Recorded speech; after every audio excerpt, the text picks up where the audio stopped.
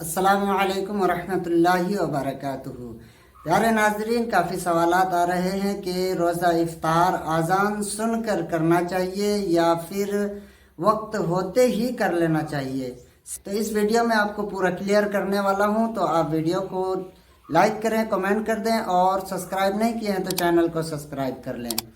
प्यारे नाजरीन, सबसे पहले आप ये जानिए कि सहरी का जो वक्त होता है वो आज़ान से उसका कोई ताल्लुक़ नहीं रखता है, क्योंकि आज़ान जो होती है वो नमाज फजर के लिए होती है, ना कि सहरी ख़त्म करने के लिए।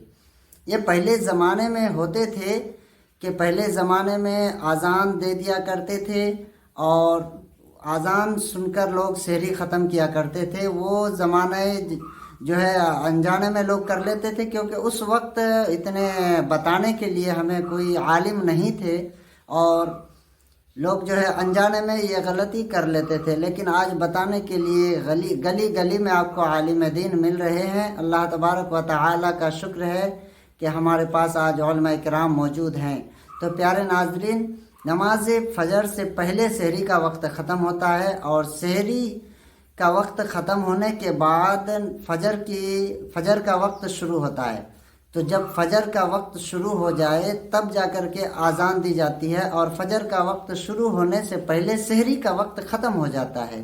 तो इसलिए अगर आप आज़ान सुन करके सहरी ख़त्म करते हैं तो आपका रोज़ा बर्बाद हो जाएगा, याद रखिए। इसलिए आज़ान सुनकर सहरी ख़त्म नहीं करना है और ना ही इफ्तारी के लिए आपको आज़ान का इंतज़ार करना है, क्योंकि वो आज़ान भी नमाज मगरिब के लिए दी जाती है। और प्यारे आका का फरमान है कि इफ्तारी में जल्दी किया करो, इफ्तारी का वक्त शुरू हो जाता है तो आप फ़ौरन इफ्तारी कर लें।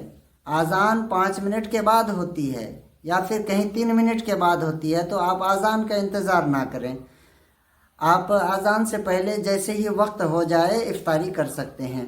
तो प्यारे नाज़रीन, उम्मीद करता हूँ कि आपको मसला समझ में आया होगा। तो इस वीडियो को तमाम दोस्त अहबाब तक पहुँचा दे ताकि हर कोई इस गलती से बचे और अपने रोज़े को दुरुस्त बना सके।